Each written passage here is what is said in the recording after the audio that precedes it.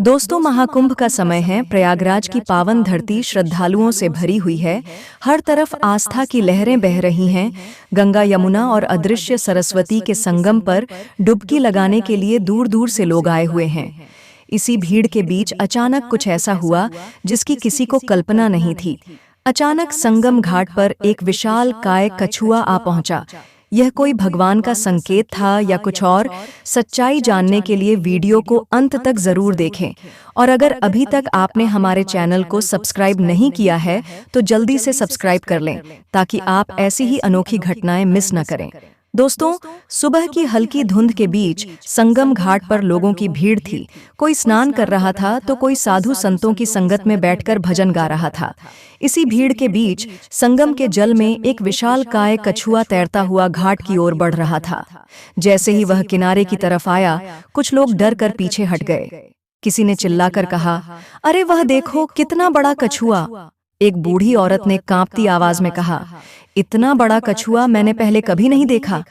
कछुआ धीरे धीरे किनारे के पास आ गया और वहां रुका। उसकी हरकतों में अजीब सा कुछ था, जैसे वह किसी को ढूंढ रहा हो। कुछ लोग श्रद्धा से हाथ जोड़कर देखने लगे, लेकिन कुछ घबरा गए। बात फैलते देर नहीं लगी और कुछ ही मिनटों में घाट पर हलचल बढ़ गई। जल्द ही संगम घाट की सुरक्षा में तैनात पुलिस वाले वहां आ पहुंचे। एक इंस्पेक्टर ने लोगों को पीछे हटने का इशारा किया और अपने सिपाहियों को बुलाकर भीड़ को नियंत्रित करने को कहा। इंस्पेक्टर ने कहा, देखो, घबराने की कोई जरूरत नहीं है, यह कोई सामान्य जीव ही होगा। तभी एक आदमी ने कहा, साहब, पर यह बहुत बड़ा है। इंस्पेक्टर ने अपने जूते उतारे और पानी के किनारे जाकर कछुए को ध्यान से देखा। उसके जीवन में ऐसा दृश्य पहले कभी नहीं आया था। कछुए की आंखों में कुछ अजीब सा भाव था, जैसे वह कुछ कहना चाहता हो। तभी भीड़ में से किसी बुजुर्ग ने सुझाव दिया, यह कोई साधारण जीव नहीं लगता, किसी साधु को बुलाया जाए, वे ही कुछ बता सकते हैं। कुछ देर बाद वहां एक जाने माने साधु को बुलाया गया। उनकी लंबी जटाएं कंधों तक लहराती थी और उन्होंने गेरुए वस्त्र धारण किए हुए थे। वह धीरे धीरे चलते हुए आए और कछुए के पास जाकर खड़े हो गए। जैसे ही साधु ने उसे देखा, उनके चेहरे पर एक गहरी अनुभूति उभर आई। इससे पहले कि वे कुछ बोलते, लोगों के सामने एक चमत्कार घटित हुआ। कछुआ एकाएक हरकत में आया और तेजी से पानी में अपने भारी शरीर को घसीटते हुए किनारे तक पहुंचा। वहां पहुंचते ही उसने साधु के पैरों को चाटना शुरू कर दिया। लोगों की आंखें फटी रह गईं। हे भगवान, ये क्या हो रहा है? ये साधु से मिलने आया था। क्या पुलिस वाले भी अवाक रह गए? साधु ने कछुए के सिर पर हाथ फेरा और अपनी आंखें बंद कर लीं। कुछ पलों तक वे चुप रहे। फिर उन्होंने बोला, तुम लोग जानते नहीं यह कछुआ कौन है और क्यों यहाँ आया है? भीड़ पूरी तरह शांत हो गई। अब हर कोई साधु की बातों को सुनने के लिए उत्सुक था। साधु कुछ देर चुपचाप कछुए के सिर पर हाथ फेरते रहे। वहां खड़ी भीड़ की उत्सुकता चरम पर थी। हर कोई जानना चाहता था कि यह कछुआ इतना विशाल क्यों है और क्यों साधु के पैरों से लिपटकर इस तरह से व्यवहार कर रहा है, जैसे किसी खोए हुए अपने से मिल गया हो। इंस्पेक्टर ने आखिरकार चुप्पी तोड़ी और बोले, महात्मा जी, क्या आप इस कछुए को जानते हैं? साधु ने एक लंबी सांस ली और दूर गंगा की ओर देखते हुए बोले, हाँ, मैं इसे जानता हूँ। यह सिर्फ एक साधारण कछुआ नहीं है, यह वर्षों से मेरी प्रतीक्षा कर रहा था। इसकी और मेरी कहानी बहुत पुरानी है और बड़ी दुख भरी भी। लोगों की जिज्ञासा और बढ़ गई। हर कोई अब साधु की ओर देख रहा था। उनकी हर बात को ध्यान से सुनने के लिए साधु ने जमीन पर बैठते हुए अपने पुराने दिनों की कहानी सुनानी शुरू की। साधु, यह बात कई साल पुरानी है। तब मैं एक आम इंसान था, कोई साधु नहीं। मेरा नाम सुरेश था और मैं एक साधारण मछुआरा था जो नदी से मछलियां पकड़कर अपना गुजारा करता था। मेरा घर प्रयागराज से कुछ किलोमीटर दूर एक छोटे से गांव में था। मेरी जिंदगी सीधी सादी थी, लेकिन एक दिन मेरी जिंदगी हमेशा के लिए बदल गई। साधु कुछ पल के लिए रुके, जैसे पुरानी यादों में खो गए हों। फिर उन्होंने बोलना जारी रखा। फिर साधु बोले, एक दिन जब मैं अपने जाल को नदी में फेंकने जा रहा था तो मुझे पानी में एक अजीब सी हलचल दिखी। मैं समझ नहीं पाया कि यह क्या था, लेकिन जब ध्यान से देखा तो पाया कि एक छोटा सा कछुआ किनारे के पास फंसा हुआ था। उसका शरीर बहुत कमजोर लग रहा था और उसकी एक टांग में गहरा घाव था। शायद किसी शिकारी ने उसे घायल कर दिया था, वह दर्द से कराह रहा था।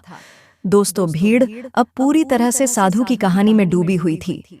फिर साधु ने कहा, मैंने अपने काम को छोड़ दिया और उसे उठा लिया। मेरी पत्नी ने उसका इलाज किया और हमने कई दिनों तक उसे अपने घर में रखा। धीरे धीरे वह ठीक होने लगा और फिर कुछ महीनों बाद वह पूरी तरह से स्वस्थ हो गया। हमने उसे कालू नाम दिया था। इतना सुनते ही कछुए ने हल्की सी आवाज निकाली, जैसे उसने अपना नाम पहचान लिया हो। ये देखकर कई लोग आश्चर्य में पड़ गए। तभी इंस्पेक्टर बोले, तो यह वही कछुआ है?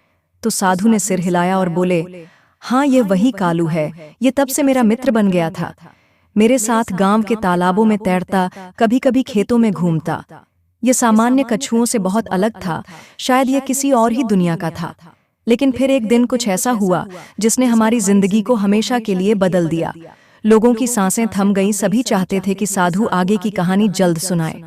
उस दिन गांव में अचानक से कुछ शिकारी आए। वे नदी में शिकार करने आए थे और उन्हें जैसे ही इस विशाल कछुए के बारे में पता चला, वे उसे पकड़ने की योजना बनाने लगे। रात के अंधेरे में उन्होंने जाल बिछाया और कालू को पकड़ लिया। इतना कहते ही साधु की आंखों में नमी आ गई। फिर साधु ने कहा, मैंने उन्हें रोकने की बहुत कोशिश की, लेकिन वे ताकतवर लोग थे। मेरे पास न पैसा था न ताकत। मैं उनके सामने कुछ नहीं कर सकता था। वे कालू को एक बड़े पिंजरे में डालकर ले जाने लगे। मैं दौड़कर उनके पास गया और उनसे विनती करने लगा, लेकिन वे नहीं माने। इस बात को सुनकर भीड़ के कई लोग भावुक हो गए थे। कुछ की आंखें भीग गईं। साधु ने बोला, उस रात मैंने ठान लिया कि मैं इसे वापस लाऊंगा। मैं कई दिनों तक उन शिकारियों का पीछा करता रहा, लेकिन अंत में वे गायब हो गए। तब मुझे समझ आया कि मुझे इस दुनिया की बजाय भगवान के सहारे चलना होगा। मैंने अपना घर, अपना परिवार छोड़ दिया और संन्यास का मार्ग अपना लिया। मैं बस यही सोचता था कि कालू किस हाल में होगा, क्या वह जिंदा भी होगा या नहीं। पर आज इतने सालों बाद वह खुद चलकर मेरे पास आया है। साधु की कहानी खत्म होते ही सन्नाटा छा गया। उनकी आंखें नम थीं और उनकी हथेलियां अब भी कछुए के सिर पर रखी थीं। कालू शांत था, जैसे वह भी पुरानी यादों में खो गया हो। भीड़ पूरी तरह स्तब्ध थी। कोई कुछ कह नहीं पा रहा था। किसी ने कल्पना भी नहीं की थी कि इस विशालकाय कछुए की एक ऐसी कहानी होगी जो वर्षों पुरानी, दुख भरी और अविश्वसनीय थी। इंस्पेक्टर ने बोला, तो फिर महात्मा जी, यह कालू आखिर इतने सालों बाद यहाँ कैसे आया? साधु ने गहरी सांस ली और बोले, शायद इसकी आत्मा को शांति चाहिए थी। शायद यह मुझे ढूंढ रहा था। लोगों में हलचल होने लगी। कुछ श्रद्धालु कछुए को भगवान का दूत मानने लगे थे।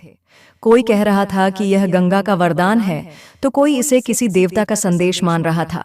तभी एक बूढ़ा आदमी आगे बढ़ा और साधु से बोला, महात्मा जी, मैंने वर्षों पहले एक कहानी सुनी थी कि प्रयागराज के पास एक विशालकाय कछुआ कभी गंगा में तैरा करता था। कहा जाता था कि वह कोई साधारण जीव नहीं था, बल्कि किसी पुराने आराष्य का रूप था, जिसे किसी श्राप के कारण कछुए का जन्म मिला था। इतना सुनते ही कुछ लोगों की सांसें तेज हो गईं और भीड़ ने बोला, क्या यह वही कछुआ है? फिर साधु कुछ पल चुप रहे, फिर बोले, संभव है, क्योंकि कालू कभी साधारण कछुआ नहीं था। यह हमेशा से समझदार था, भावनाओं को महसूस करता था और शायद यह पहले भी किसी रूप में था। कछुआ अब भी उनके पैरों के पास था, लेकिन उसकी हरकतें धीमी पड़ने लगी थीं। साधु बोले, कालू, क्या तुम बहुत थक गए हो? कालू ने धीरे से सिर हिलाया, जैसे वह समझ रहा हो। उसकी आंखों में हल्की सी नमी झलक रही थी। तभी उसने एक लंबी सांस ली और धीरे धीरे अपनी आंखें बंद करने लगा। साधु तुरंत घबरा गए और बोले, कालू नहीं, ऐसा मत करो। उन्होंने तुरंत उसे उठाने की कोशिश की, लेकिन कालू अब कोई हलचल नहीं कर रहा था। पूरी भीड़ स्तब्ध रह गई। महाकुंभ के संगम घाट पर हजारों श्रद्धालुओं के सामने कालू ने अपने जीवन की आखिरी सांस ली। साधु रो पड़े और बोले, यह सिर्फ मुझे देखने के लिए आया था। यह सिर्फ एक बार मेरे पास आना चाहता था और फिर यह चला गया। लोग भावुक हो गए, कुछ की आंखों से आंसू बह निकले। लोगों ने सुझाव दिया कि कालू का अंतिम संस्कार विधिपूर्वक किया जाए। गंगा किनारे एक विशेष पूजा की गई। साधु ने खुद उसके शरीर को पवित्र जल में प्रवाहित किया और मंत्रों के बीच उसे गंगा में समर्पित कर दिया। पूरे घाट पर एक अजीब सा सन्नाटा था। साधु ने हाथ जोड़कर गंगा की ओर देखा और बोले, कालू, मुझे माफ कर देना। मैं तुम्हें पहले नहीं बचा पाया, लेकिन आज तुम मुक्त हो गए।